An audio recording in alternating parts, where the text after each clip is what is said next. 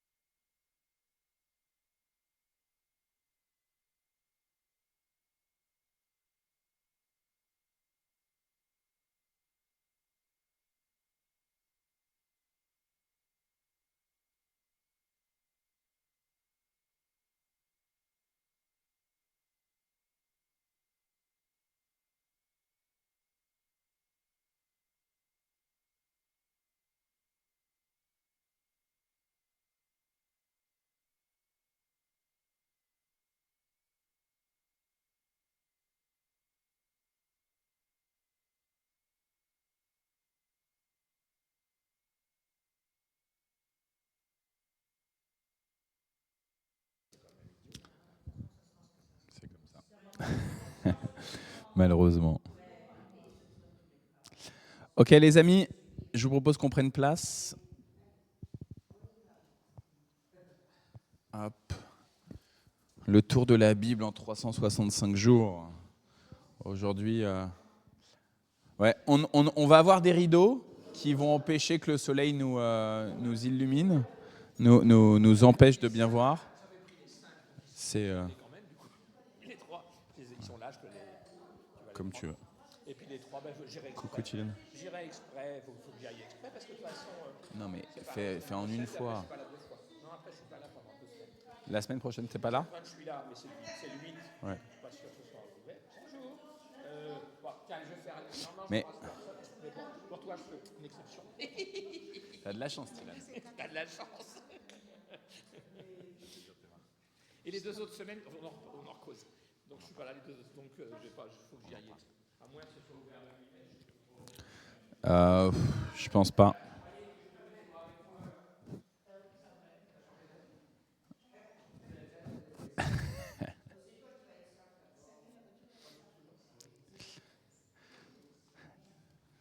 Liv, est-ce que tu as Liv, est-ce que tu as tes oreilles?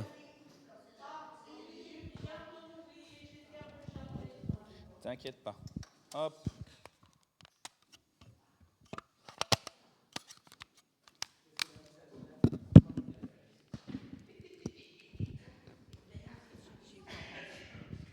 Je voulais sortir le sac avec les trucs, mais parce que j'entends de moins en moins bien.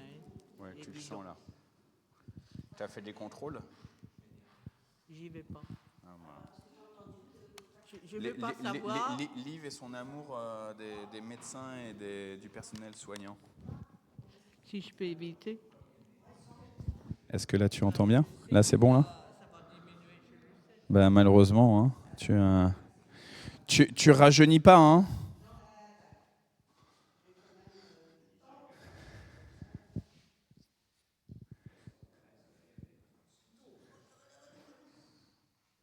Ça fait du bien, hein, d'être là à nouveau.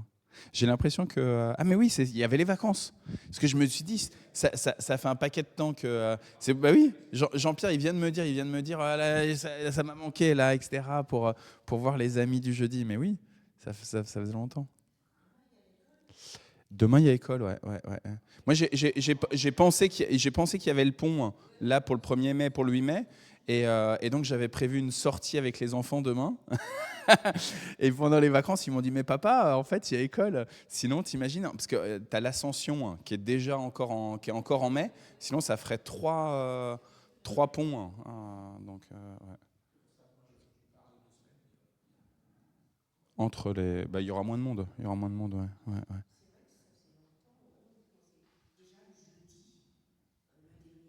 Oui.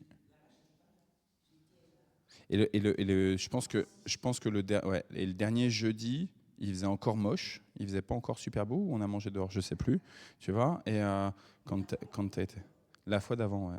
Mais là, ça y est, c'est un jeudi, ouais, tu vois, ça y est, t'es là. Ouais. Jeudi prochain aussi, ouais, jeudi prochain. Faut que je discute avec Jean-Pierre justement de ça tout à l'heure. Je vous propose de prier. Seigneur, béni sois-tu. Béni sois-tu, toi qui fais lever le soleil sur les bons comme sur les méchants. Béni sois-tu, toi qui n'as pas regardé à notre iniquité, toi qui n'as pas regardé à notre manque de sainteté et d'amour de ta loi pour nous appeler. Béni sois-tu, toi qui as décidé d'envoyer Jésus-Christ, ton Fils, pour notre rédemption, pour notre rachat, pour notre salut. Oui, béni sois-tu, parce que nous étions méchants devant ta face, même si tu faisais lever le soleil sur nous, et que tu as décidé, dans tes propres projets, dans ta propre conscience, de nous racheter par amour. Oui, Seigneur, nous reconnaissons que notre comportement, que nos paroles, que nos pensées sont tellement éloignées de ta sainteté, de toi. Et pourtant, tu as décidé de faire de nous tes enfants. Alors oui, béni sois-tu, Seigneur. Béni sois-tu pour les sœurs et les frères, ceux qui ne sont pas venus depuis longtemps pour un jeudi. Béni sois-tu pour ceux qui n'ont pas pu se joindre à nous ce matin et pour lesquels nous avons une pensée particulière. Béni sois-tu pour les travailleuses et les travailleurs qui sont au repos en ce jour de la fête du travail, mais béni sois-tu aussi pour ceux qui doivent malgré tout être actifs. Nous te remettons les commerçants qui sont à pied d'œuvre. Nous te remettons les personnels d'urgence, les personnels soignants en particulier. Oui, béni sois-tu, toi qui donnes la vie, et béni sois-tu, toi qui rappelles à la résurrection ceux qui sont décédés. Que ton nom soit élevé, Seigneur, ce matin. Que ton nom prenne plus de place dans nos existences. Amen. Alors, on reprend notre habitude de lire le psaume petit à petit. Ouais, 86. Très bien.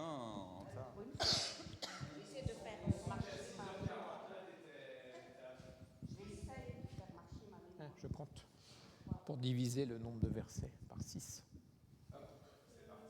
17, on va pas lire de chacun. On va à la moitié. Prière de David, Seigneur. Prière de David. Seigneur, tends vers moi une oreille attentive, réponds-moi, car je suis pauvre et malheureux. Je suis un de ceux qui te sont fidèles, protège-moi. Je suis ton serviteur, je compte sur toi, sauve-moi, toi qui es mon Dieu. Je passe mes journées à t'appeler, Seigneur, accorde-moi ta grâce. Moi qui suis ton serviteur, je me tourne vers toi, Seigneur. Je t'en prie, rends-moi la joie. Toi, Seigneur, tu es bon, prêt à pardonner, d'une immense bonté pour tous ceux qui t'appellent. Écoute ma prière, Seigneur, sois attentif quand je te supplie. Quand je suis dans la détresse, je t'appelle, car tu me répondras. Parmi les dieux, aucun n'est comme toi. Seigneur, aucun ne ferait ce que tu as fait. Tous les peuples que tu as créés viendront se prosterner devant toi pour t'apporter leur hommage, Seigneur. Car tu es grand, tu fais des merveilles, toi seul es Dieu. Seigneur, montre-moi le chemin à suivre, je veux vivre dans ta fidélité. Mets en moi cette seule préoccupation, reconnaître ton autorité. Seigneur mon Dieu, je te louerai de tout mon cœur, je te apporterai mon hommage pour toujours. Ta bonté pour moi est immense, tu m'as arraché au gouffre de la mort. Mon Dieu, des insolents se dressent contre moi, une bande de brutes veut ma mort. Ils ne tiennent aucun compte de toi. Mais toi, Seigneur, Dieu plein de tendresse et de bienveillance, lent à la colère, riche en bonté et en vérité. Tourne-toi vers moi, accorde-moi ta grâce. Je suis ton serviteur, comme l'était déjà ma mère. Donne-moi ta force, sauve-moi.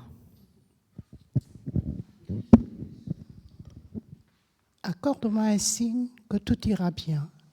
Mes ennemis seront couverts de honte quand ils verront que toi, Seigneur, tu m'as sauvé et consolé. Eh ben, il demande un signe, et ben moi je propose qu'on chante comme signe pour le Seigneur.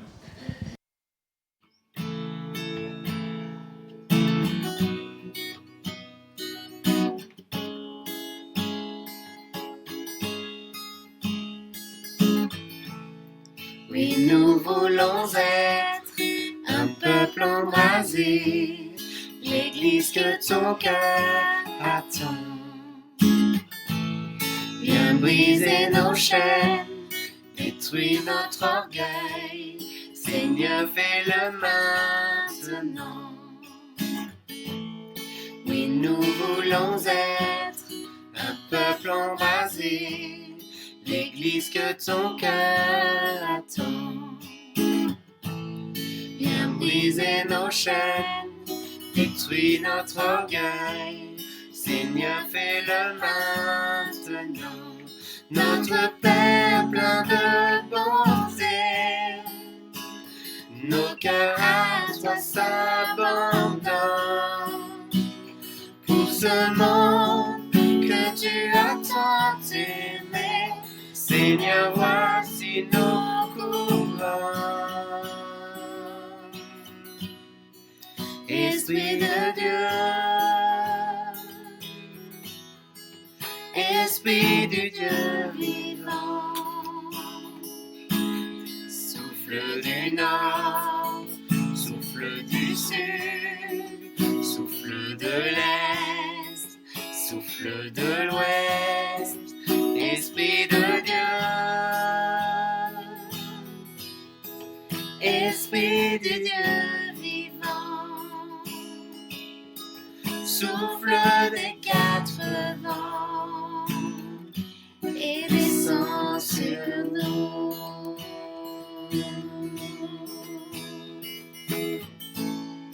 Envoie ta puissance, rends-nous les témoins d'un royaume qui se répand.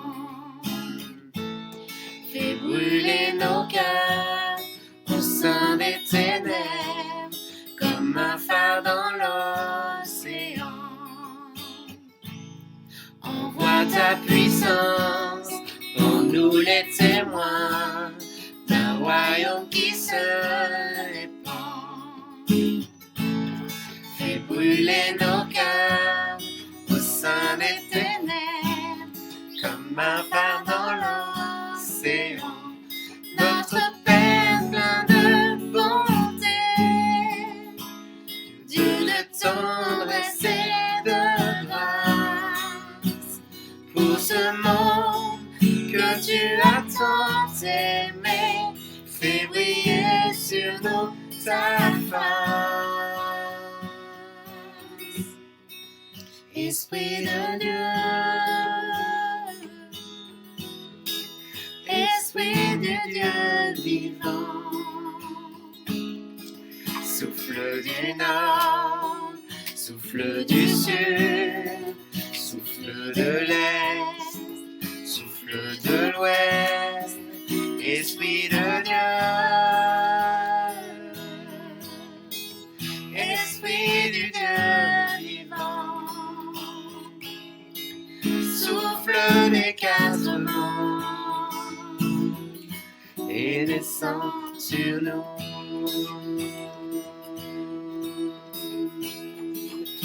Que ton règne vienne, ta volonté soit faite sur la terre comme au ciel, sur la terre comme au ciel. Que ton règne vienne, ta volonté soit terre, comme au ciel, sur la terre.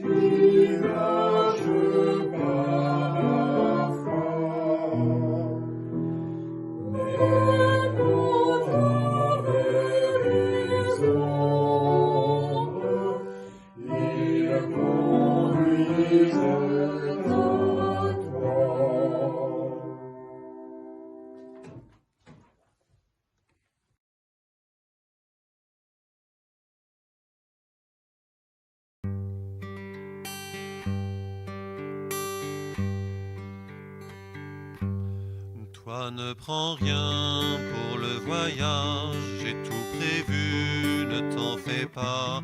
Toi ne prends rien, mais prends courage, c'est seulement ce qu'il faudra. Moi je me charge des bagages, des lourdes pierres et de tes cris. Moi je me charge de tes nuages, des vents contraires et de ta pluie. Porte des fruits, lèche les feuilles, garde la foi, sème la vie.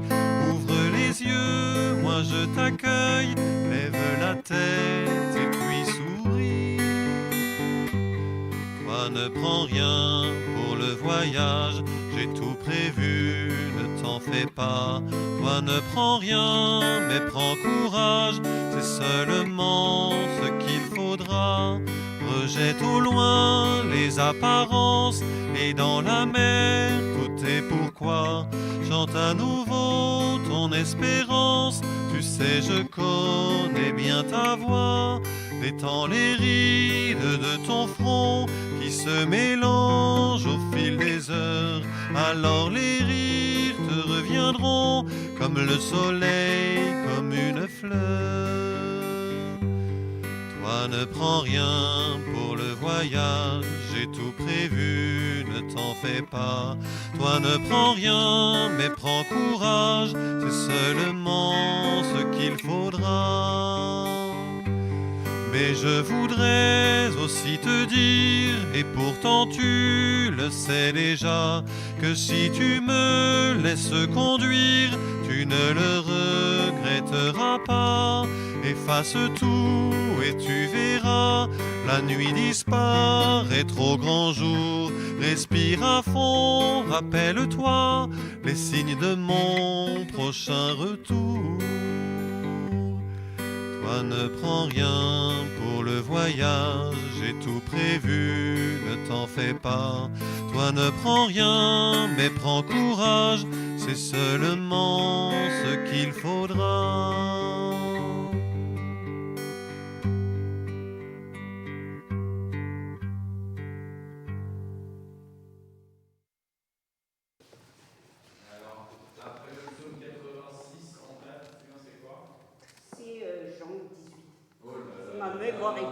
J'essaie de faire marcher pour ne pas avoir l'Alzheimer. Jean 18, en effet. Sylvain, tu nous as lu qu'un seul verset tout à l'heure. Je connais pas. D'accord. Après ces mots, après ces mots, Jésus s'en alla avec ses disciples de l'autre côté du ravin du Cédron. Il y avait là un jardin dans lequel il entra avec ses disciples. Judas, celui qui le livrait, connaissait aussi l'endroit parce que Jésus et ses disciples s'y étaient souvent réunis. Judas se rendit donc au jardin, emmenant avec lui une troupe de soldats et des gardes fournis par les grands prêtres et des pharisiens. Ils étaient armés et portaient des lanternes et des flambeaux. Jésus, qui savait tout ce qui devait lui arriver, s'avança vers eux et leur demanda « Qui cherchez-vous » Ils lui répondirent « Jésus de Nazareth ». Jésus leur dit « C'est moi ». Et Judas, celui qui leur livrait, se tenait là avec eux. Lorsque Jésus déclara « C'est moi », ils reculèrent et tombèrent à terre. Jésus leur demanda à nouveau « Qui cherchez-vous » Ils répétèrent « Jésus de Nazareth ». Jésus reprit, « Je vous ai déjà dit, c'est moi. Si donc c'est moi que vous cherchez, laissez partir les autres. » C'est pour que s'accomplisse la parole qu'il avait prononcée. « Je n'ai perdu aucun de ceux que toi, Père, tu m'as confiés. » Simon-Pierre, qui avait une épée, la tira, frappa le serviteur du grand prêtre et lui coupa l'oreille droite. Ce serviteur s'appelait Malchus.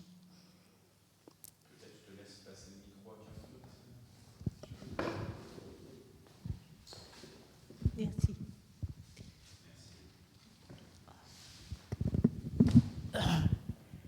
Mais Jésus dit à Pierre, « Remets ton épée dans son fourreau. Penses-tu que je ne boirai pas la coupe de douleur que le Père m'a donnée ?»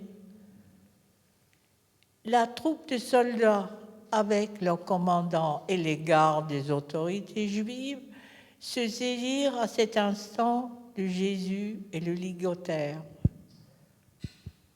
Ils le conduisirent tout d'abord chez Anne. Celui-ci était le beau-père de Caïphe, qui était le grand prêtre cette année-là. Or, c'est Caïphe qui avait donné ce conseil aux autorités juives. Il vaut mieux qu'une seule personne meure pour le peuple. Simon-Pierre et un autre disciple suivaient Jésus. Cet autre disciple était connu du grand prêtre, si bien qu'il entra en même temps que Jésus dans la cour intérieure de la maison du grand prêtre. Mais Pierre resta dehors, près de la porte. L'autre disciple, celui qui était connu du grand prêtre, sortit et parla à la femme qui gardait la porte. Puis il fit entrer Pierre. Alors,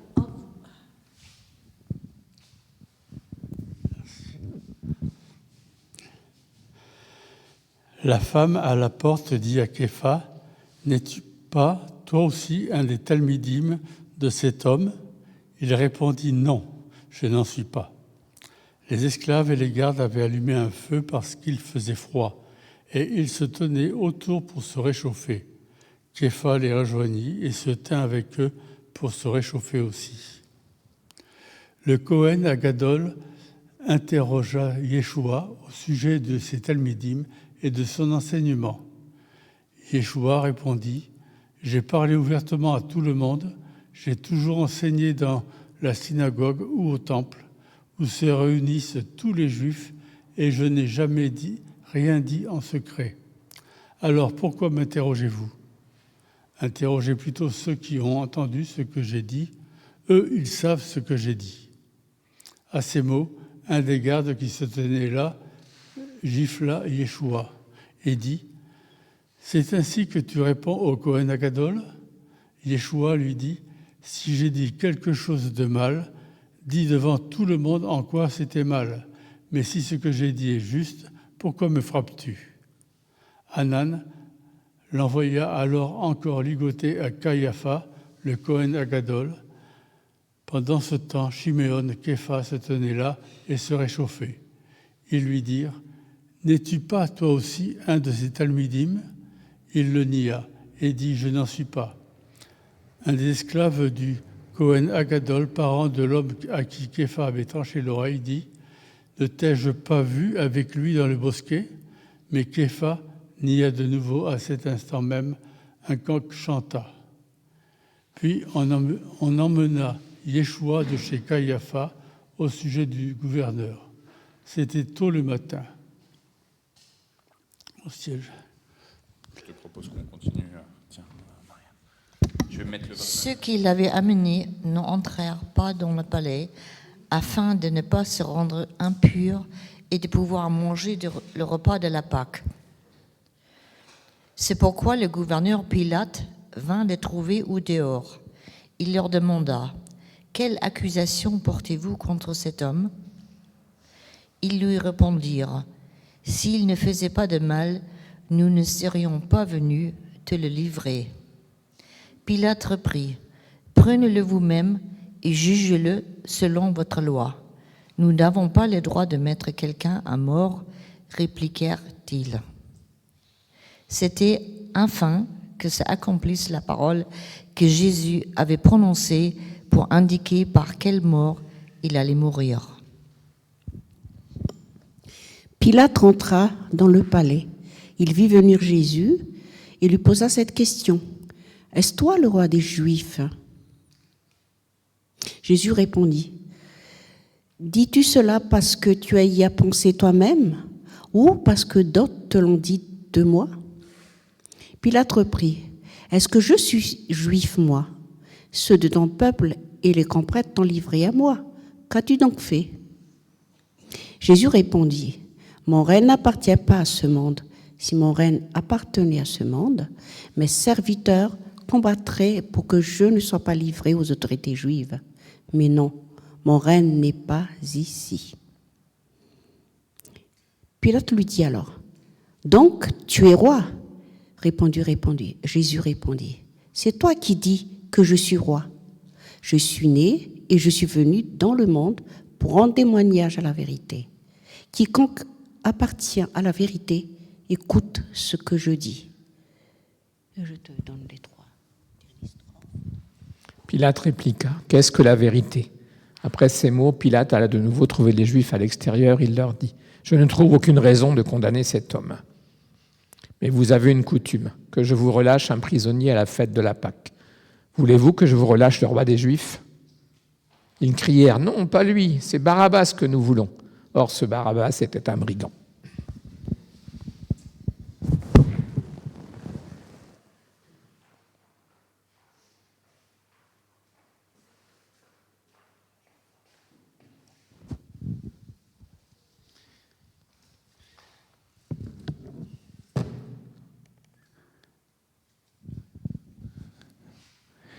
Ils vont dans un jardin qui est connu des disciples. Ils avaient l'habitude d'aller dans ce jardin, d'aller dans cet endroit familier pour les disciples, familier pour Jésus. Un lieu où on se sent bien parce qu'il est familier. Un lieu où on a nos habitudes, on sait dans ce jardin où sont positionnés les arbres. Peut-être même que vu qu'ils avaient l'habitude, peut-être que moi je me souviens quand j'étais scout, on arrivait dans un camp et une des premières choses qu'on faisait c'était de faire des installations. On se faisait nos bancs, on se faisait nos tables. Peut-être que dans ce jardin, ils ont aussi tellement pris l'habitude de s'y rendre qu'ils se sont installés des rondins de bois. Et ils sont là, comme à leur habitude, à venir avec le Maître. Mais ils ne savent pas ce qui se passe passer exactement, les disciples de Jésus. Pourtant, Jésus, il leur a annoncé par quelle mort il allait mourir. Pourtant, Jésus, il ne leur a pas caché complètement ce qu'il allait advenir de lui-même et du fait qu'il faille qu'il meure. Mais voici, ils sont dans cette habitude d'aller dans ce jardin, dans cette routine. Tout va pour le mieux, tout va pour le meilleur des mondes ainsi. Alors quel choc, évidemment, quel choc quand Judas arrive avec cette garnison de soldats et de gardes du temple. Quel choc pour eux, d'un seul coup, alors qu'ils ont leur train-train avec le Maître, alors qu'ils sont venus dans le temple de Jérusalem, alors qu'ils sont venus pour cette fête de la Pâque. Et dans l'Évangile selon Jean, ils montent régulièrement à Pâques. J'ai pu le dire un dimanche, je pense, que dans l'Évangile selon Jean, il y a 3 montées de Jésus à Jérusalem avec les disciples notamment.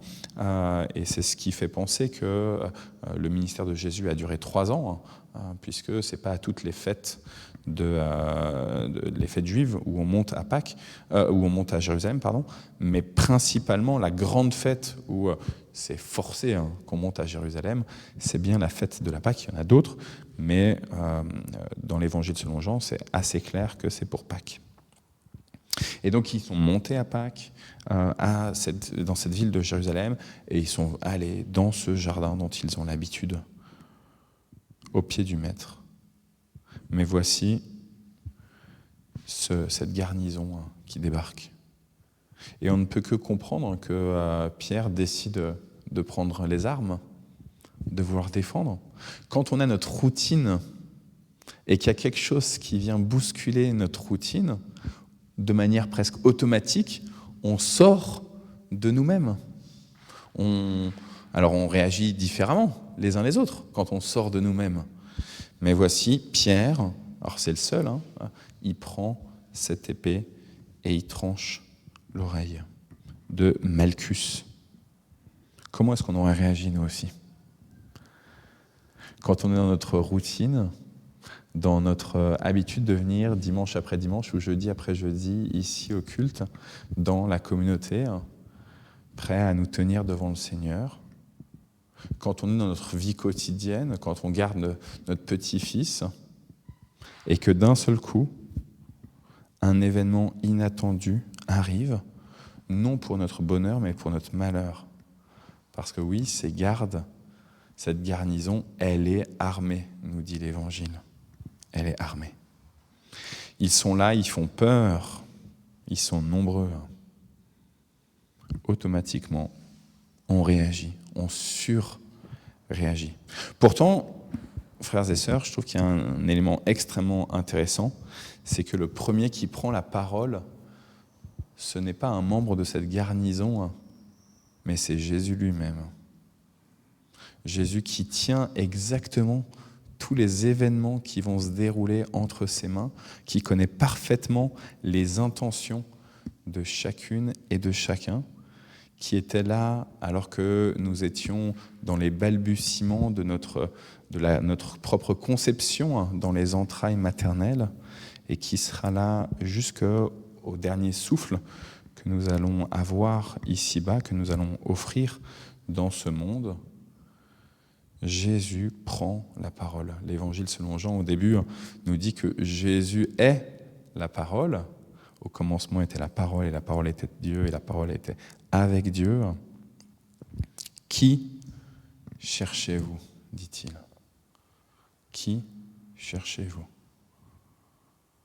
À cette garnison qui vient armer, qui vient bousculer la routine, qui vient créer une situation plus qu'inconfortable pour les disciples et pour le maître, Jésus prend la parole. Qui cherchez-vous? Et il va insister, réinsister en redisant cette phrase une fois qu'ils ont perdu l'équilibre par cette parole tellement pleine d'autorité, de puissance. Quand on dit que le nom de Jésus il est puissant, là la parole de Jésus, cette question qui cherchez-vous, qui vient les traverser dans leur âme, qui vient les confronter. Pourquoi est-ce que vous faites ça finalement? Qui cherchez-vous? Les désappointe, ils tombent et ils réinsistent. Qui cherchez-vous? Et il assume et il dit cette fameuse phrase, c'est moi qui suis. Et évidemment, c'est pas du tout caché. Pour nous qui sommes maintenant assez pratiquants de la Bible, qui sommes assez lecteurs, assez assidus à la parole, et pour les disciples de Jésus, et comme cette garnison qui arrive avec à la fois des soldats, mais aussi des gardes du temple, et ben c'est moi qui suis renvoie automatiquement à le moment de la révélation du nom de Dieu à Moïse. Je suis celui qui est, je suis celui qui sera, c'est moi. Il prend le nom de Dieu avec ce « c'est moi », rien de plus. Ils ont dit, on cherche Jésus de Nazareth, on cherche le Nazaréen. Et lui dit, je suis, c'est moi qui suis, ego eimi. Qui cherchez-vous? Une fois qu'ils ont entendu que lui, il est Dieu, et qu'il ne s'en cache plus, qu'il ne le fait plus de manière voilée, leurs yeux peuvent être ouverts, il vient les repositionner. Ok, vous êtes venus avec certaines intentions, et maintenant que vous savez que je suis moi, le créateur de toutes choses, que je suis alpha et oméga, comment est-ce que vous vous situez? Est-ce que vos intentions premières sont toujours les mêmes aujourd'hui? Alors on ne sait pas ce qui se passe parmi cette garnison, s'il y en a qui vont oser prendre leur distance et partir, s'enfuir, se dire « Ouh là là, peut-être que finalement on est venu pour de mauvaises raisons ». On ne sait pas s'il y en a qui ont fait ça. Toujours est-il que forcément une grande part est venue et a attrapé Jésus pour l'emmener. Jésus leur a rappelé « Mon royaume n'est pas de ce monde. Si mon royaume était de ce monde, des soldats se seraient levés pour moi. » Pourtant, Pierre a bien pris l'arme, il a bien pris l'épée. Mais Jésus lui a dit « Non, si tu prends l'épée, tu périras par l'épée. » Alors il dit « Mon royaume n'est pas de ce monde, des soldats seraient venus me défendre si mon royaume était de ce monde. » Mais en même temps, il a interdit à Pierre de prendre l'épée.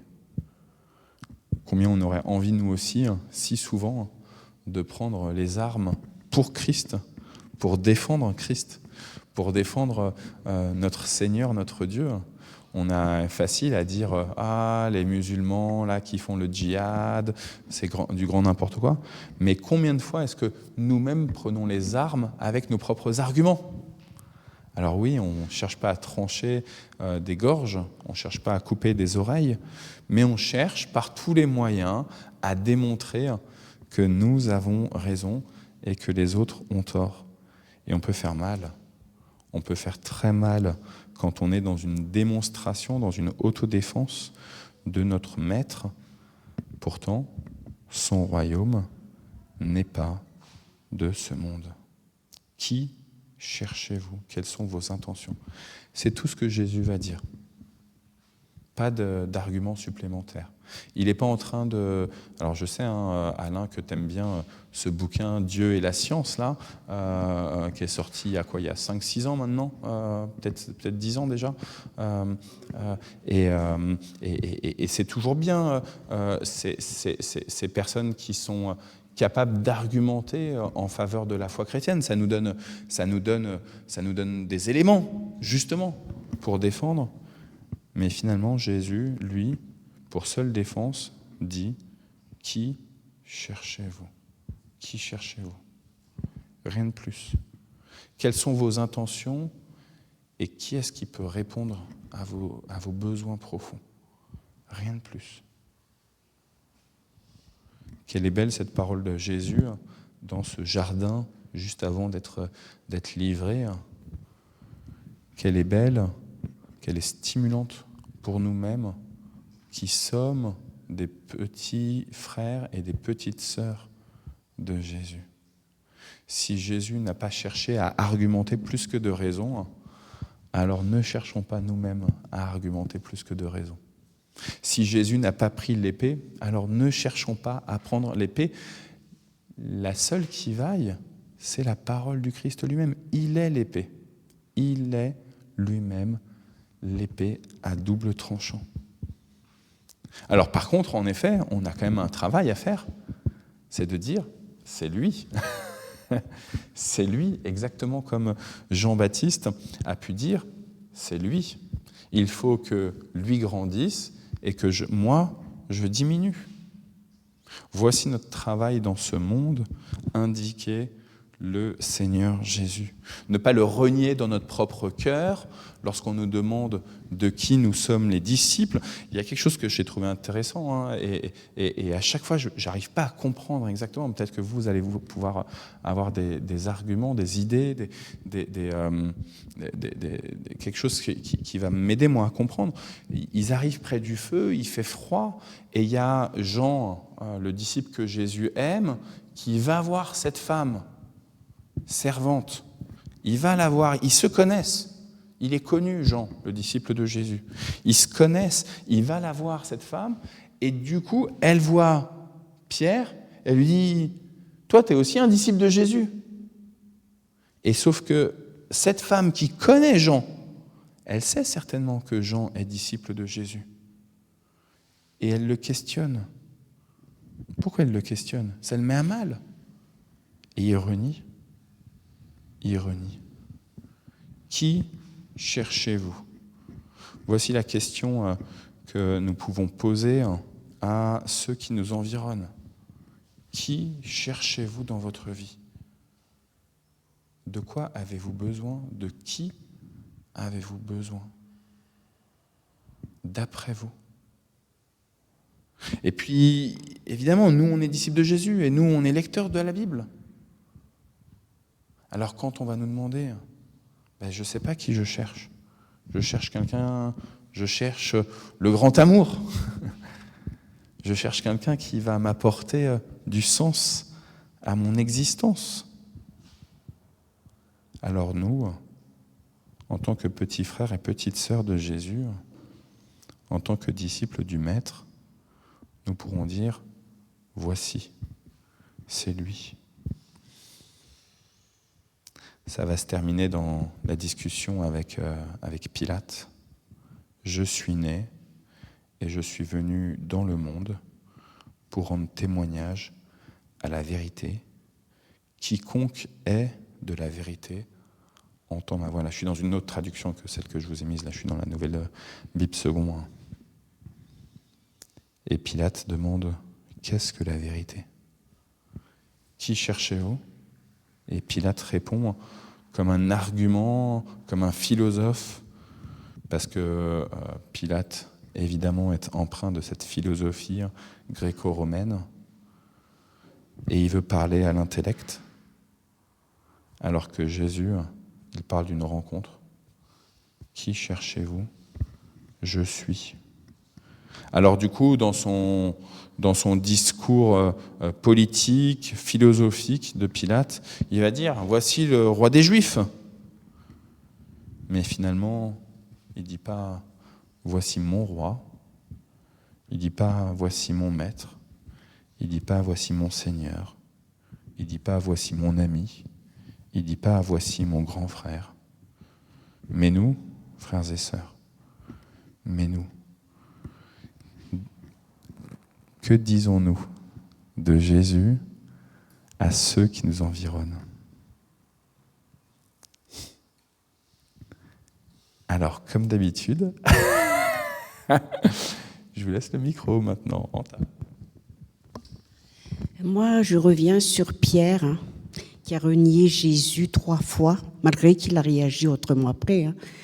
Il a découpé l'oreille ou les oreilles de l'autre, là, qui vient attaquer Jésus.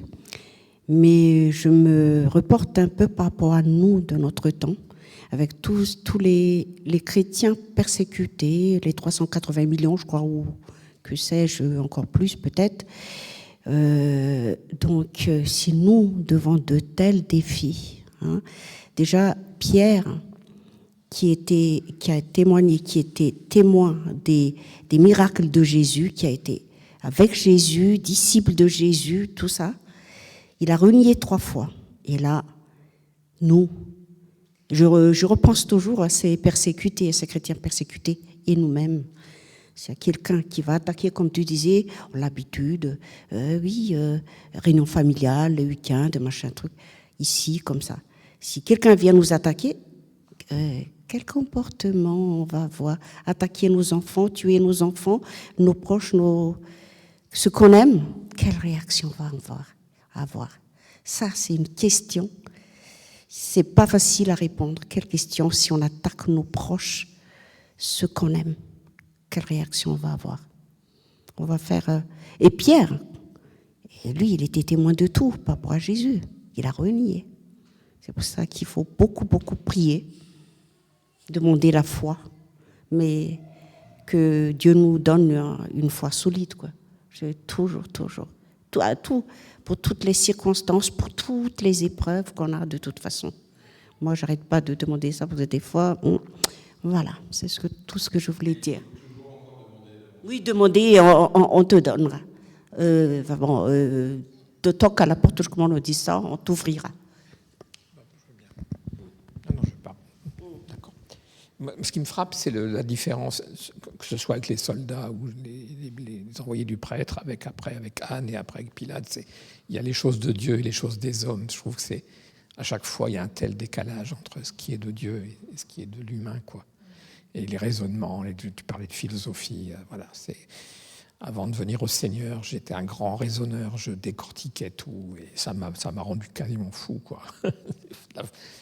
C'est pour ça qu'aujourd'hui, j'ai du mal avec les gens qui raisonnent, même les chrétiens qui raisonnent, qui veulent démontrer et tout, parce que moi, je sais que la foi, je l'ai reçue vraiment dans le cœur, voilà, pas du tout dans la pensée. Après, on essaye d'adapter notre pensée à la foi, mais en premier lieu, ça n'a tellement rien à voir, je trouve, avec la foi. C'est tellement dehors du raisonnement et de l'intelligence, quoi. Entre guillemets, l'intelligence. Voilà. Et puis, juste une petite chose que je remarque à chaque fois, on nous dit qu'ils ne veulent pas rentrer dans le prétoire, les Juifs, de peur de se souiller. Je trouve ça marrant, je veux dire, entre guillemets, il se passe une chose grave qui va dire ce que l'humanité va devenir, et pendant ce temps-là, les religieux, ils continuent à suivre des préceptes, voilà. Alors que voilà, c'était... Et puis juste, oui, il n'y a pas que des raisonnements, je veux dire, Anne, quand il parle à Jésus, il a des arrière-pensées aussi. Il veut lui faire dire quelque chose pour pouvoir l'accuser après. C'est pas juste, il n'est pas honnête. Voilà. Donc voilà, c'est cette différence. Et puis ça revient à ce que tu dis, quoi. L'homme, il est tellement faible, on se cherche des justifications pour pas faire ce que Dieu nous demande, quoi. Et alors par rapport à Anne, qui demande à Jésus. C'est intéressant aussi justement cette discussion, c'est que Anne demande à Jésus et Jésus dit mais en fait je suis venu et tout ce que je l'ai pas fait de manière cachée. En fait, les paraboles, il a fait exprès pour pas que ça soit compréhensible. Il n'a pas toujours dit, il a demandé de se faire de taire quand on commençait à le reconnaître, etc. Donc là, Jésus, ça correspond pas exactement à ce qui se déroule en fait quand il dit ça. Mais ce qui est intéressant, c'est que pourquoi Jésus dit ça, mais en fait, va voir tous ceux auprès de qui j'ai déjà parlé, auprès de qui j'ai déjà agi. Et donc, il se met un peu en arrière pour pas rendre témoignage de lui-même, mais il nous invite, il invite Anne et il invite les autorités juives à dire, mais regardez tous ceux qui m'ont suivi. Pourquoi est-ce qu'ils m'ont suivi ? Et demandez-leur. Et qu'ils puissent assumer, un peu comme si vous vous souvenez de cet aveugle que Jésus a guéri et que il entend le bruit des enfants rire, donc il se dit je vais aller voir. Et cet aveugle que Jésus a guéri, ou c'est un sourd, je ne sais plus d'un coup, vous allez me corriger, mais je pense qu'il est aveugle, et où les autorités juives vont voir les parents en disant, c'est un aveugle, c'est ça, et en disant, mais est-ce que ton fils, est-ce qu'il était vraiment bien aveugle, etc. Et chacun renvoie un peu la balle, jusqu'à ce que lui dise, voilà ce qu'il a fait. Voilà ce qu'il a fait. J'étais dans cette situation, voici comment je suis aujourd'hui. Tiens, vas-y. Après, Moi, ce qui me questionne beaucoup, quand Jésus dit je suis le roi de Juda, oui, je suis le roi, mais mon royaume n'est pas de ce monde. C'est une phrase tellement énigmatique. Il a dû savoir que le peuple ne comprend, les gens qui sont autour de lui, quand il a dit ça, ils ne peuvent pas comprendre ça. Donc, est-ce que vous pensez il voulait, comme tu viens de dire, que les gens ils vont vers les disciples de Jésus pour se renseigner auprès de eux, de qu'est-ce qui est sa c'est quoi son royaume voilà, oui. Parce que, je pense que Jésus était pleinement conscient. Quand il a dit cela, la plupart des gens, ils n'ont pas compris. Comment veut-on... c'est incompréhensible. C'est trop énigmatique. Mon royaume n'est pas de... C'est une... quelqu'un qui n'est pas dans cette façon de penser comme les disciples, c'est incompréhensible. C'est pas compréhensible. Après, en fait, si tu veux, il faut quand même penser que Jésus, il arrive après tous les prophètes de l'Ancien Testament et que les prophètes ont essayé de sans cesse critiquer le fait qu'on s'attache à ce que nos yeux voient, ce monde présent, tu vois. Alors, Jean-Pierre parlait de nos règles, par exemple, de nos ritualités religieuses, etc. Mais ouais, ou même, tu vois, le rapport, en fait, globalement, à tout ce qui est visible, tu vois, le rapport aux autorités romaines, le rapport au temple, le rapport aux uns aux autres, le rapport homme-femme, etc. En tout cas, tout ce qui est visible. Et les prophètes, sans cesse, ils se sont attaqués à ça pour dire, en fait, ce que Dieu veut, c'est quand même une conversion du cœur, tu vois, et que Dieu, il veut être le roi des cœurs humains, tu vois, de l'intérieur. Et donc, du coup, tu vois, je suis d'accord avec toi qu'il y a quelque chose d'extrêmement énigmatique, et pourtant, si tu lis, si tu écoutes Jésus en ayant conscience de tout ce qu'il y a eu avant comme prophète, comme annonce de la parole, et ben, tu peux avancer à te dire, ok, il y aurait la possibilité que Jésus il soit le roi sur cette terre, et c'est ça que les disciples au début y croient, auquel ils aspirent. Et puis petit à petit, ça va être ça, toute la rencontre de foi avec le ressuscité, ça va être de dire, en fait, il faut qu'il soit le roi de mon propre cœur et que je sois moi-même le royaume de Dieu, en fait. Que je devienne moi-même le royaume de Dieu. Mais en effet, tout ça, ça va être possible qu'une fois la résurrection. Tant qu'il n'y a pas eu la résurrection, et même, tu vois, tant qu'il n'y a pas une rencontre personnelle, je pense aux disciples d'Emmaüs, puisque c'était là-dessus que j'avais prêché pour Pâques, tant que tu n'as pas une rencontre avec peut-être des gestes symboliques ou des paroles particulières, tu vois, quand Jésus, au moment de la résurrection, il dit à Marie, il lui dit juste son prénom, et paf, tant qu'il n'y a pas ce petit élément déclencheur, eh ben, tu ne peux pas comprendre que tu es le temple du Saint-Esprit, que tu es le lieu du royaume de Dieu. Et que c'est pour ça aussi qu'on est appelé à avoir une vie sainte, en fait.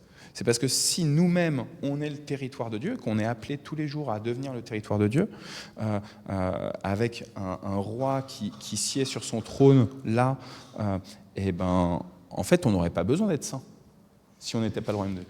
Ouais, après, oui, bien sûr, non, mais bien sûr. Et justement, comme il a traduit il a traduit en hébreu et il a traduit prêtre par Cohen. Et donc, quand j'habitais au Lilac, une ville où il y a énormément de juifs, à côté de moi, c'était un couple Cohen. C'était des gens âgés, très religieux.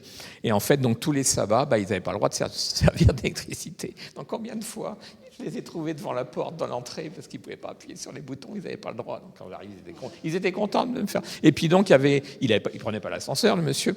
Et puis, donc, combien de fois je l'ai trouvé dans le noir, dans l'escalier. Puis sa femme, elle me disait, mais j'ai peur qu'il se casse la figure dans le noir. Mais ils étaient charmants et tout. Et voilà. Et vous avez les deux portes aussi ou pas? Parce que nous, dans notre immeuble, on avait une porte, tu vois, là où tu avais la pharmacie et le Dieu c'est bon, là. Oui, c'était pareil. Et après, tu avais voilà. Et là, tu avais une deuxième porte. Et nous, tu vois, plein de fois, ça arrivait aussi, qui se retrouvent oui, au milieu. Je les ai trouvés des fois dans un peu des deux. Mais surtout dans l'escalier. Ouais. La première, ouais. Mais du coup, ils passaient, et en fait, Mais non, c'était un petit immeuble, donc puis moi je leur tenais la porte. Et puis on habitait dans la même ville avec. Mais voilà, donc c'était. Et sa femme elle me disait, mais j'ai peur quand il descend l'escalier dans le noir, qu'il se casse là. Ah bah oui, bien sûr. Alain, tu veux nous apprendre des choses?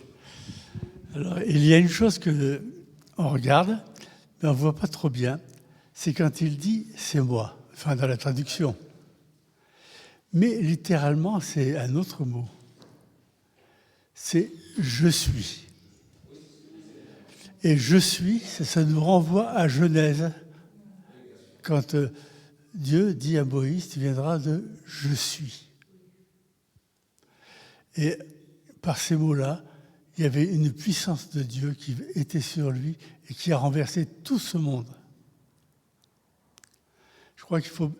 Et quand on comprend comme ça, on voit la puissance cachée que le Christ avait sur lui.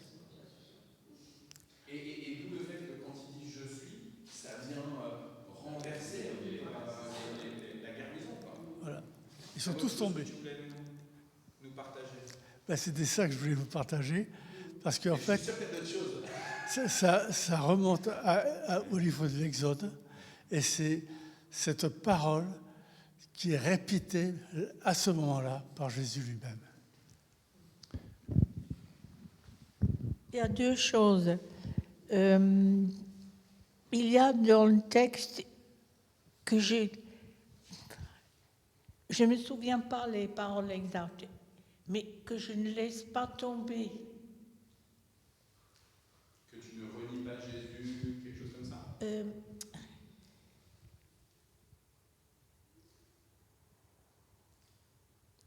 En fait, je pensais plutôt pour les pasteurs que je ne laisse pas tomber quelqu'un qui m'a été confié. Oui.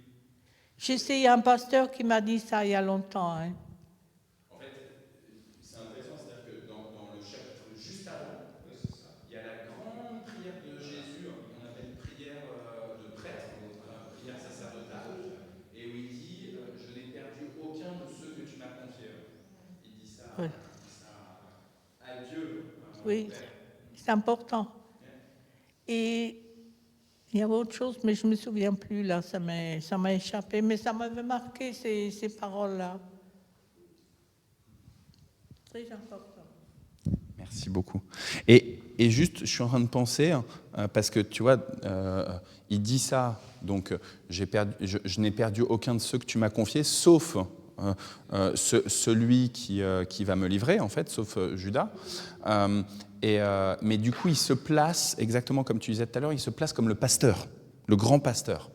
Il se trouve que dans l'Évangile selon Jean, Jésus va dire à plusieurs reprises le fameux « je suis » dont parlait Alain, et dans les « je suis » qu'il va dire, il va dire « je suis le bon berger hein. ». Je suis le bon berger, tu vois. Et donc, c'est tout ça, l'Évangile selon Jean. Alors, on a notre sœur Francine, qui est bibliste, qui est connectée avec nous. Peut-être qu'elle aura quelque chose à dire, ou notre frère Philippe, qui pourra peut-être éventuellement nous dire quelque chose sur le groupe, et je vous le lirai, auquel cas, s'ils me disent quelque chose sur Facebook. Est-ce qu'il y aurait autre chose? Tilan, est-ce que toi... Ouais. Non, juste ça. 7 fois. Ouais, les sept je suis. Ouais. Ouais. Ouais. Il est vraiment, c'est un évangile vraiment tellement spécifique, l'évangile selon Jean. Hier, j'ai eu un coup de téléphone avec une sœur de l'église du 15e arrondissement, l'église de la Résurrection, église où, vous savez, celui qu'on a entendu tout à l'heure chanter « Toi ne prends rien et prends courage », Jean-Noël, il est président du conseil presbytéral là-bas dans le 15e, et c'était une église où j'ai accompagné, une église luthérienne. Et j'ai eu une sœur de cette église, une femme d'une trentaine d'années, qui demande le baptême. Et en fait, c'est très intéressant la discussion que j'avais avec elle, parce qu'elle me dit, là, je sens, ça fait des années que je sens que je dois passer par les eaux du baptême, et là, ça revient à fond, mais j'ai discuté avec quelqu'un qui a commencé à me donner un peu toute la doctrine chrétienne, qui a commencé à me dire « Ouais, il faut que tu penses sur la question du péché, il faut que tu penses à ce que c'est que le fait de suivre Jésus, etc. » Et cette personne, je pense qu'elle était vraiment pleine de bonnes intentions, hein, à lui dire « Il y a beaucoup de choses à apprendre, à connaître. » Et sauf que moi, je lui ai dit « Écoute, en fait, tu as toute ta vie chrétienne pour découvrir ce qu'est la foi chrétienne. » Je lui dis « Si là, dans ton cœur, tu veux recevoir le baptême, il n'y a rien qui doit t'empêcher de le recevoir. » Et là, je lui ai raconté que dans mon ancienne église, alors je ne suis pas sûr de l'avoir déjà fait ici, mais dans mon ancienne église, à Noisy-le-Sec, la dernière année, on allait partir pour venir ici, évidemment, il y a beaucoup de gens qui nous ont demandé de recevoir le baptême en se disant on a encore le pasteur qui est là, après on ne sait pas comment ça va se passer, etc. Même si évidemment qu'on n'est pas obligé d'être pasteur pour baptiser, hein. Mais il y a quelque chose quand même d'un peu clérical hein, par rapport à cet acte-là, et ce sacrement. Et en fait, on allait dans le jardin de l'église, on faisait les baptêmes, et en fait, de manière systématique, pendant l'année 2018, non, 19, quand je suis arrivé ici, c'était 19. En 2019, de manière systématique, je faisais un appel, s'il y en a qui, là, dans l'Assemblée, voulaient tout de suite prendre les eaux du baptême, qui ne s'étaient pas préparés, qui n'avaient rien imaginé, qui n'étaient pas en tenue ni rien. On avait des serviettes. Hein, et en fait, c'est arrivé une fois qu'il y en a deux qui se sont approchés, un homme et une femme. Et alors, ils n'ont pas voulu finalement, donc ils se sont approchés là, donc ils n'ont pas voulu le prendre quand même tout de suite, mais l'homme a pris le baptême 2 semaines après, finalement. Il a juste eu besoin en me disant « je viens, mais je veux juste être un tout petit peu plus clair que juste être sous le coup de l'émotion là ». Et la femme, elle a été accompagnée par une église dans le 78, et finalement, elle a pris son baptême quelques mois ou années, je ne sais pas, après. Voilà, donc à mon avis, la rencontre avec Jésus, elle ne dépend pas de tous les arguments qu'on peut avoir. Ce qui cherchez-vous? Et c'est là où nous, en tant que chrétiens, on est vraiment appelés aussi à juste demander aux gens, qui cherches-tu, quoi? Quelles sont tes ambitions? Qu'est-ce que tu attends? Pourquoi est-ce que tu es ici sur Terre? Pourquoi est-ce que tu es ici sur Terre? Okay. À ton avis. Et ensuite de simplement pointer celui qui est la parole. Voilà, les amis, il est déjà 11h05. Est-ce que vous auriez autre chose que vous voudriez... Oui, Liv. Tiens, je te donne le micro pour qu'on entende bien. Est-ce qu'il y a une question de la vie éternelle à l'époque? Des gens qui pensaient, bon, des cléricaux ou autres? Parce que pendant la mort et l'eau n'est pas... Alors, est-ce que la question de la vie éternelle, donc du coup, une vie après la mort, est-ce qu'il y a une question de vie après la mort ou pas? Alain, avant de partir, parce que je sens là que tu dois partir, est-ce qu'à l'époque, il y avait une question autour de la vie après la mort? Moi, j'ai une réponse, mais... Je veux dire apparemment oui. Mais c'était dans un séjour des morts particulier. Voilà ce que j'ai compris. Et la croyance dans les puissances spirituelles existait depuis déjà des millénaires. Oui, et donc est-ce que quand tu parles qu'il y avait quand même quelque chose autour du séjour des morts, on pensait qu'il y avait une réincarnation, qu'il y avait une résurrection, qu'il y avait une nouvelle création, ou que simplement il y avait un séjour des morts? Alors, on restait jusque pendant l'éternité dans ce séjour des morts. Non, il y avait une résurrection. D'ailleurs, Marthe et Marie, quand on lit bien le texte, elles disent « il ressuscitera », on le sait. Donc ils croyaient dans cette résurrection, dans la reconstitution de l'être entier. Et aujourd'hui, j'ai entendu une fois. Non, mais c'est aussi pour permettre... Oui, j'ai juste entendu une fois dans un facteur à la télé un type juif qui disait mais nous on ne croit pas à la... Donc aujourd'hui, parce que c'est vrai qu'à un moment il y a une bagarre fait exprès par je sais Pierre ou Paul, et les Sadducéens croient à la résurrection, donc a priori, voilà, et les pharisiens non. Mais aujourd'hui, donc une partie des juifs qui croyaient à la résurrection, mais aujourd'hui j'ai cru comprendre que non. Donc... Alors, je t'avoue que je connais pas assez de juifs et depuis l'époque des Lilas, je t'avoue que j'ai jamais osé demander là-dessus. Donc, ouais. Donc, en fait, en effet, donc dans les interactions entre Jésus et ses contemporains, il y avait deux groupes particuliers chez les Juifs. Il y a ceux qui pensaient beaucoup à toute la ritualité autour du temple. On les appelle les Sadducéens. Et eux, ils ne croyaient pas à la résurrection. Non, ils ne croyaient pas. Ouais.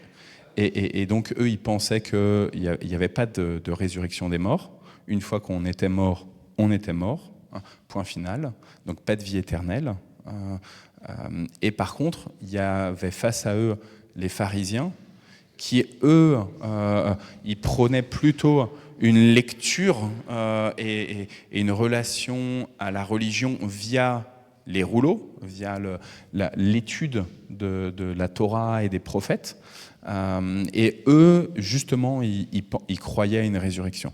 Et alors, en fait, une fois que le temple de Jérusalem, en l'an 70, il a été détruit, eh ben, les Sadducéens, ils n'avaient plus beaucoup d'autorité, hein, parce que pour eux, l'essentiel se vivait au moment des sacrifices, au moment de toutes les offrandes au temple.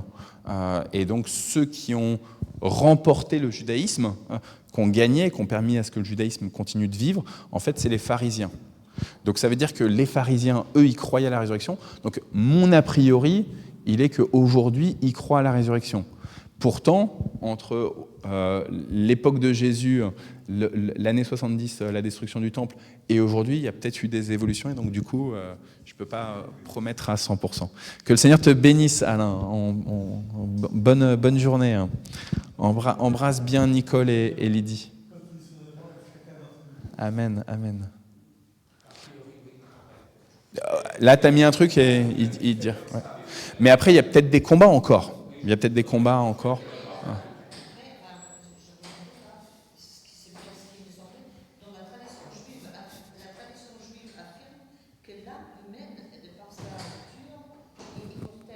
Ouais.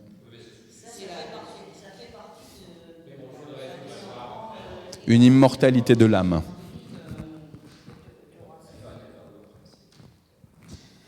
Ouais. Ok. Je vous propose qu'on prenne un temps de prière. Alain, venant de partir, je vais quand même vous lire le fil rouge de Porte Ouverte. Anta, tu as parlé des chrétiennes et des chrétiens persécutés. Donc là, le fil rouge de hier, c'est sur l'Indonésie. 13 couples ont renouvelé leurs vœux devant Dieu. La cérémonie symbolisait un acte de foi et d'unité fort dans un contexte de persécution. 13 couples chrétiens issus d'un arrière-plan musulman ont publiquement renouvelé leurs vœux de mariage devant Dieu. Certains étaient mariés depuis plus de 10 ans et c'était la première fois qu'ils remettaient leur mariage entre les mains de Dieu. Cette cérémonie profondément touchante a eu lieu lors d'un séminaire de 3 jours sur le thème « L'amour et le respect » organisé par des partenaires de Portes Ouvertes en Indonésie. À travers des enseignements sur le pardon, la communication, le service conjugal, l'éducation des enfants dans la foi, chaque couple est reparti équipé pour bâtir un foyer solide, enraciné dans l'amour de Dieu. Je ne savais pas ce qu'était vraiment un mariage chrétien. Maintenant, je comprends ce que signifie l'amour inconditionnel, a dit Eric. Le point culminant du séminaire fut une cérémonie de bénédiction matrimoniale, un moment de restauration et de réengagement. Cela marquait un vrai renouvellement pour les couples, scellant leur décision de vivre leur mariage à la lumière de l'Évangile. Pour eux, ce moment fut bien plus qu'une cérémonie, un jalon spirituel, un acte de foi courageux, une source d'inspiration pour d'autres. Comme l'a rappelé un des participants, nous sommes appelés à servir notre famille en premier pour que notre ministère auprès des autres reste fort. Rendons gloire à Dieu, car le contexte sociétal difficile en Indonésie n'a pas découragé les 13 couples qui ont découvert les fondements bibliques d'un mariage centré sur le Christ. Et donc, il nous demande de prier, évidemment, pour ces 13 couples, mais aussi pour tous les chrétiens et les chrétiennes en Indonésie qui sont persécutés en raison de leur foi chrétienne. Alors, juste, je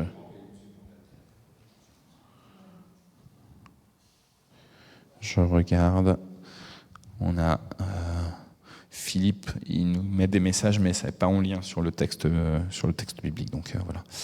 Je pense qu'on a plusieurs sujets de prière. Donc Anne-Marie, notre sœur Anne-Marie, est descendue pour aller voir son papa dans le sud. Et en fait, il se rétablit un petit peu. Donc elle nous a envoyé une photo. Et normalement, donc là, il avait une nouvelle pneumopathie la semaine dernière. Donc toujours à l'hôpital, il ne mangeait pas, il ne parlait pas. Et là, quand elle... Non, il est pris au niveau des poumons, tu vois. Anne-Marie, qui fait du piano, qui chante, et son mari s'appelle Thomas. Ouais. Et non, il n'a pas fait d'AVC, son papa, non. Et lui, ouais, Jacques, il est dans le sud, il est à...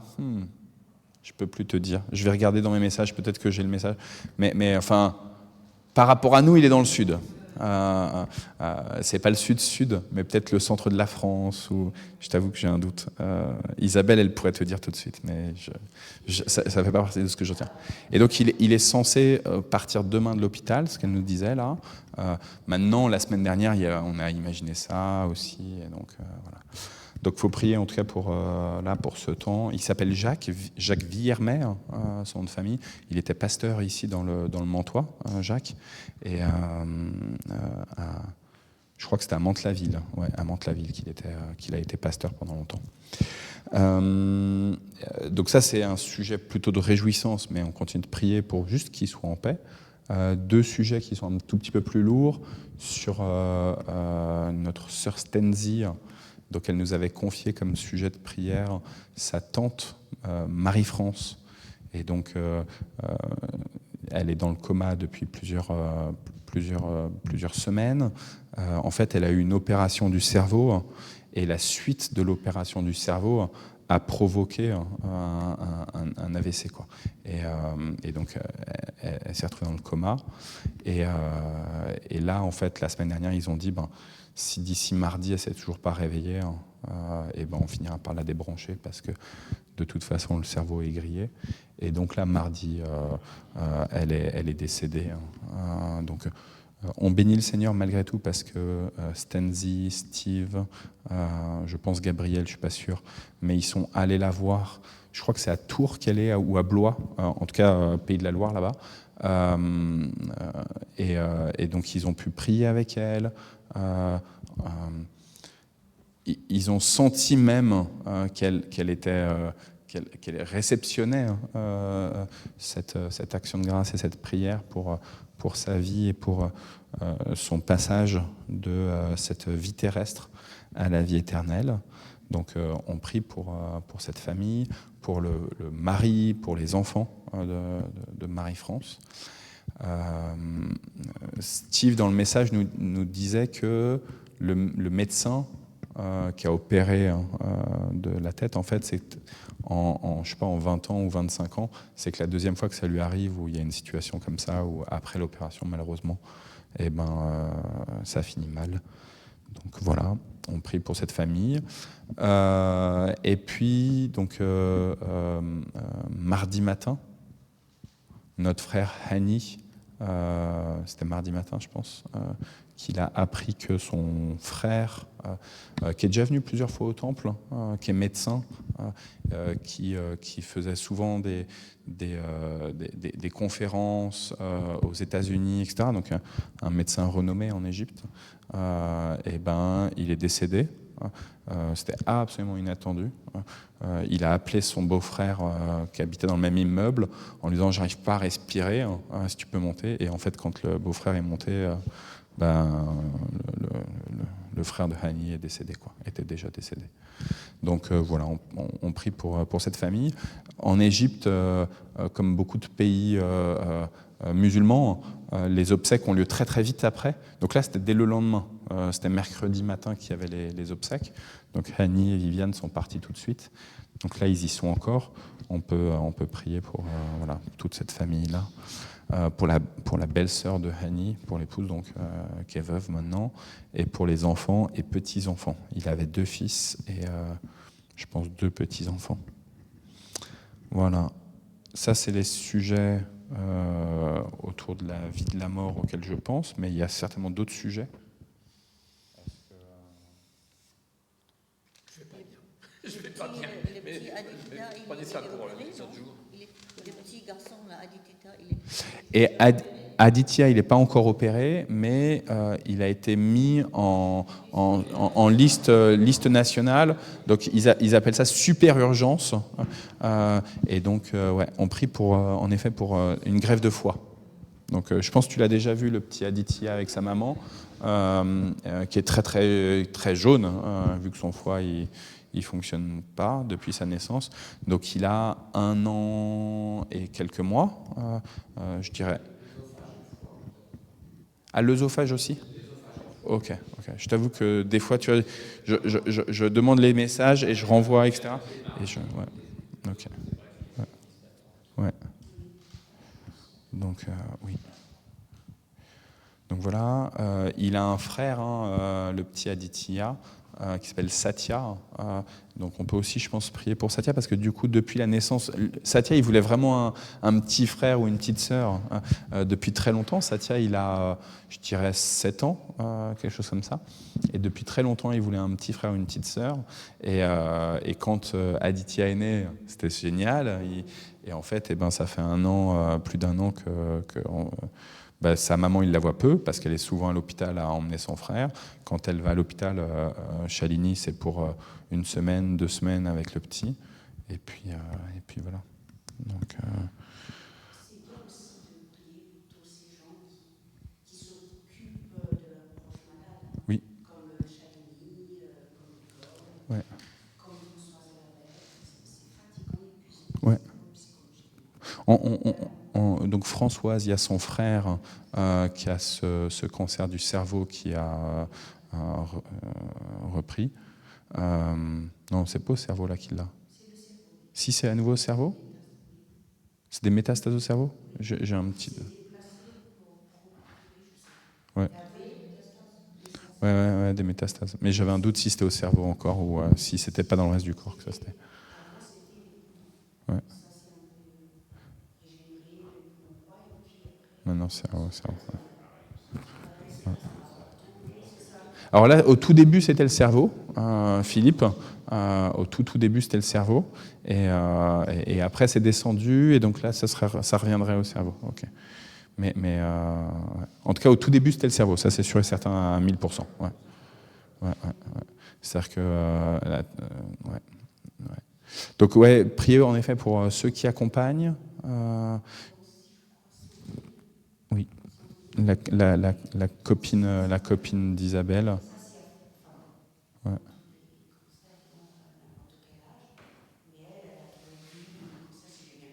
En fait, ouais, Sandrine, elle a un gène en elle qu'on appelle le gène du cancer. Et donc, depuis qu'elle est ado, elle enchaîne les cancers. Donc, elle a eu cancer de sein, cancer de l'utérus. Donc là, c'est le foie, là. Enfin, ça n'arrête pas, malheureusement. À chaque fois, voilà, elle est reconnaissante parce qu'elle s'est compris pour elle, mais ça n'empêche que voilà, c'est lourd. C'est lourd. Oui. Moi, je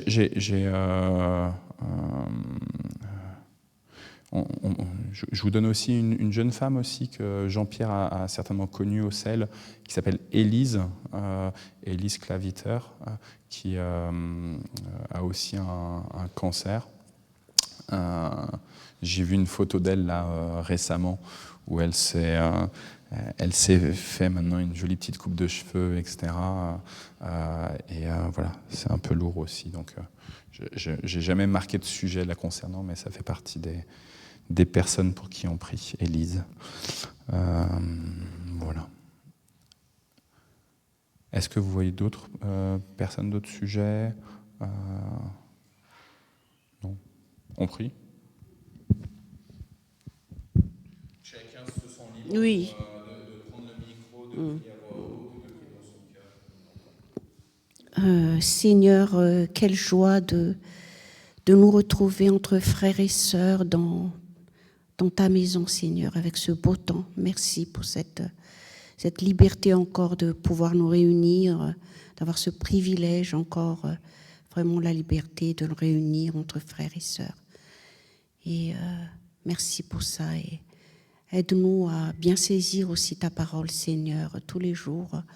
On fait la lecture de la Bible, on va au temple et tout ce qui nous manque, des fois, c'est la foi. La foi, des fois, ça nous fait défaut, mais nous te demandons chaque jour d'augmenter notre foi, d'être ancré dans ta parole que nous te demandons, Seigneur, de bien discerner, parce que c'est pas facile. Ta parole est tellement compliquée, précieuse en même temps, que nous aimerions bien que tout nous éclaire, que ton Esprit Saint nous guide pour comprendre et surtout de pratiquer dans notre vie, que notre corps soit ton temple, qu'on puisse éclairer, vraiment, je ne sais pas comment on peut dire, notre entourage par notre lumière, Seigneur. Et qu'on puisse être comme ces 13 couples qui sont mariés malgré la persécution dans leur pays ou quoi. Donc que nous soyons comme ça aussi, malgré les problèmes que dans notre entourage, nos épreuves, la mort, la maladie, et on est fatigué, d'autres problèmes, que nous tenons toujours la rampe et que nous reflétons toujours ta lumière, Seigneur, auprès de nos proches, auprès de nos frères et sœurs, et aide-nous à l'être, Seigneur. Et merci pour toutes les bénédictions que tu nous donnes malgré tout, et que nous témoignons toujours de cet amour incommensurable que tu nous donnes, que des fois on ne se rend pas compte, et des fois, moi, personnellement, que je me sens vraiment indigne. Et voilà, mais tu es toujours là, tu nous as choisis, et merci, Seigneur, de nous avoir choisis. Merci pour ton amour. Au nom de Jésus. Amen. Merci, Papa, pour ces moments que nous passons entre frères et sœurs et avec toi. Je veux penser à ces paroles que tu as dit toi-même, que Dieu a cachées ces choses-là aux sages et aux intelligents, et il les a révélées aux simples et aux enfants. J'ai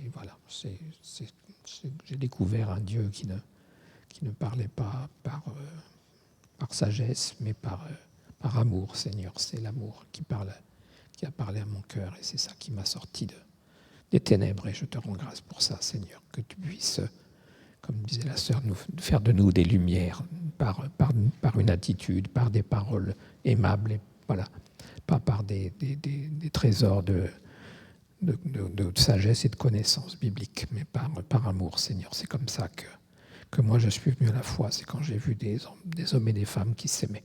Comme le dit ta parole, c'est à l'amour que vous aurez les uns pour les autres que nous serons, les hommes sauront que nous sommes tes disciples. Alors donne aux chrétiens de ce monde de manifester cet amour entre eux et autour d'eux, pour que le monde sache que tu es Dieu, que tu es vivant.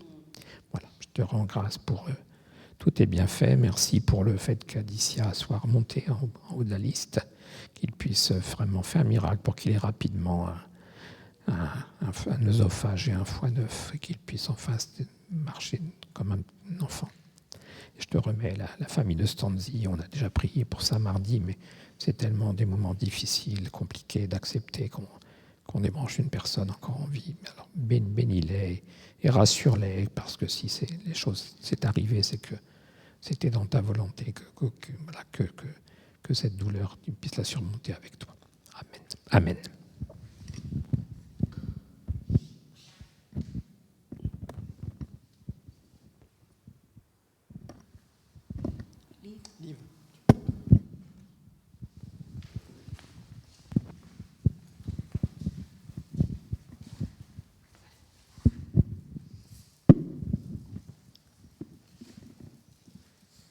C'est un peu difficile.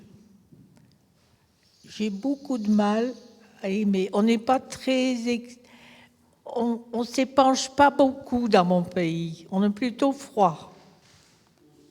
Hein? C'est comme ça.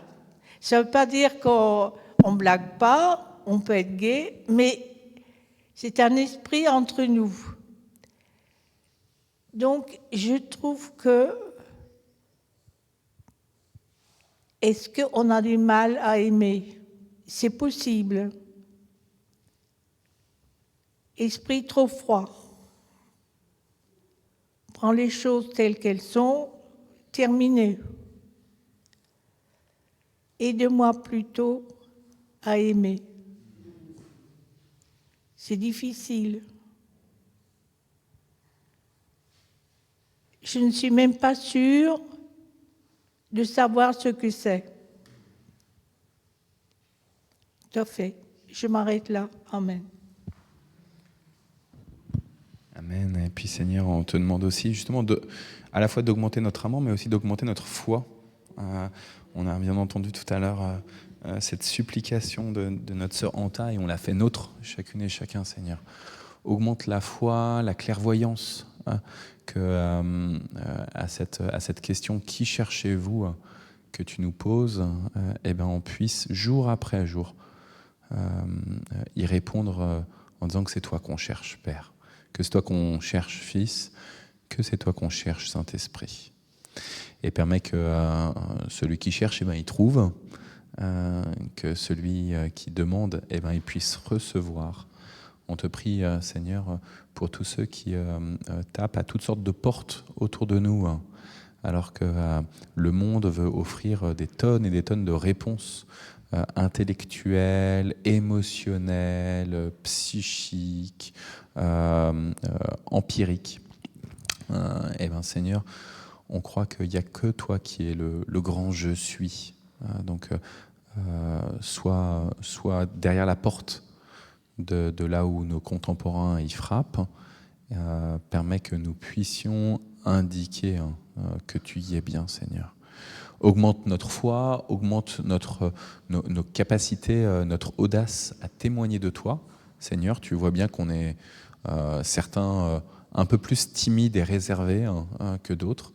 Donc donne-nous de regarder ceux qui sont moins timides comme des exemples à un petit peu plus suivre, Seigneur, même si tu ne veux pas qu'on soit des copies conformes, parfaites de notre frère Jean-Pierre ou de notre frère Alain.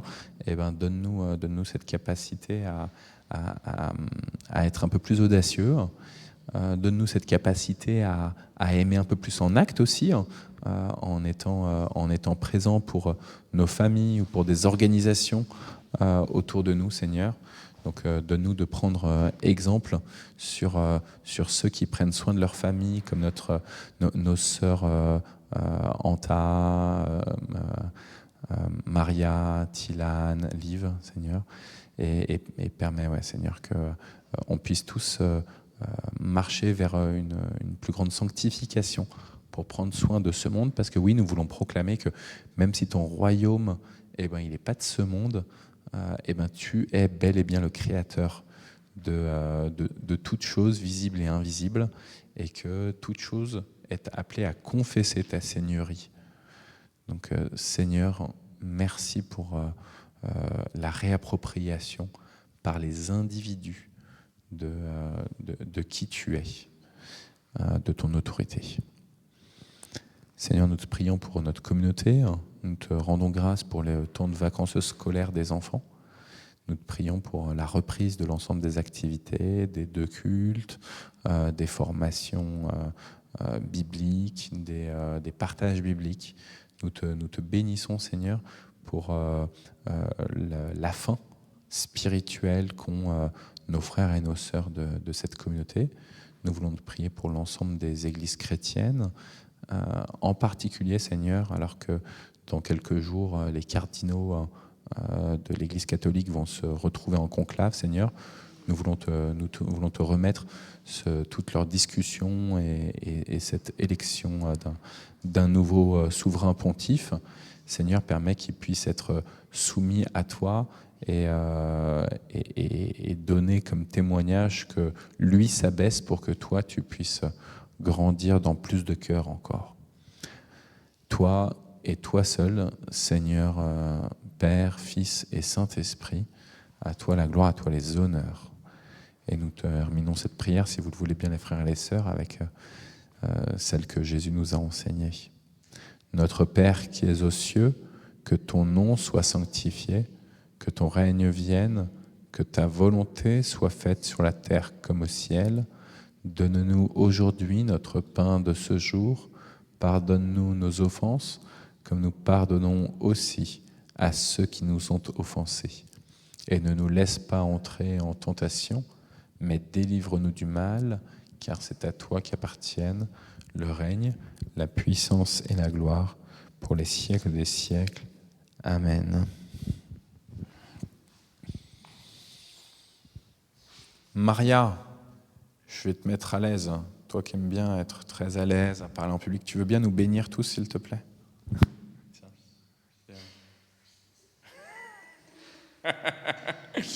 T'as vu, je sais qui choisir. Hein. Que la grâce du Seigneur soit avec vous et avec votre esprit, aujourd'hui et toujours. Amen. Ça y est, on a une sœur qui va nous bénir, Que le Seigneur vous bénisse tous. Très bon jeudi, 1er mai, bonne fête du travail. Et pour nous, on peut rester pour déjeuner, si vous le voulez bien. Ciao, ciao.